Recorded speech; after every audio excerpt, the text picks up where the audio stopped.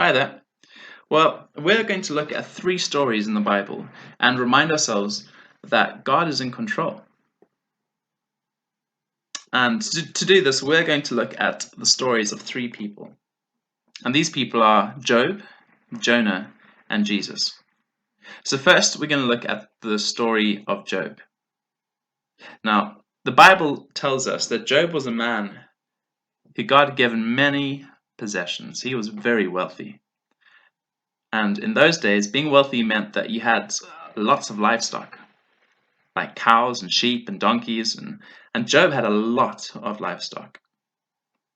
The Bible says that he had 500 donkeys, 7,000 sheep, 3,000 camels, and 2,000 oxen. That is a lot of animals.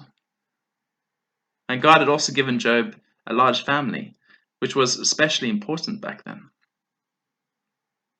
But the Bible also says that Job loved God and that he showed his love for God in the way that he lived.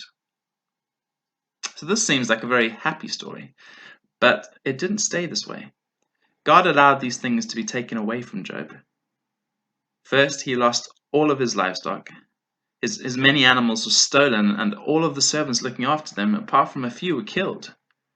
And just after all that happened, a messenger came to tell Job that all of his children had died.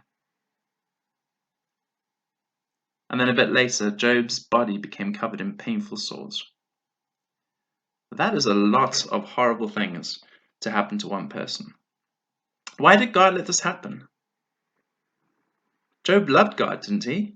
Why didn't God look after him? Well, one of the reasons God let this happen was that God wanted to show Job and us that whether things are going well or not, he is still the one who is in control. Sometimes it's not easy to make sense of the horrible things that happen to people who are part of God's family. Sometimes we end up with loads of questions that we want God to answer, and that's okay. We won't figure it all out, but God knows what he's doing. We can know that God is letting these things happen for a reason. He has a perfect plan for each of us, and sometimes part of that perfect plan means allowing us to go through things that are difficult. But you know what? The story of Job isn't one that has a sad ending. In time, God gave Job more children, and he gave him back even more possessions than he had to start with. That doesn't mean that this is how it will always be for us.